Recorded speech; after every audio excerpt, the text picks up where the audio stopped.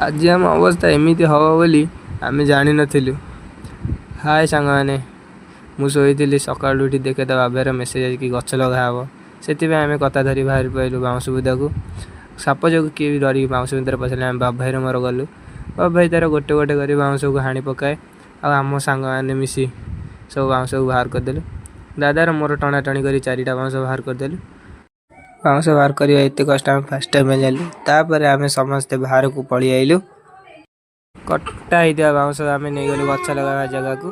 तापर आम काम स्टार्ट हो गला। The moon tonight, Cali breeze blowing, let the funk take the floor. Some so smooth, leave them shouting for more. Beach chair chilling, toes dug in the sand, with that bass line.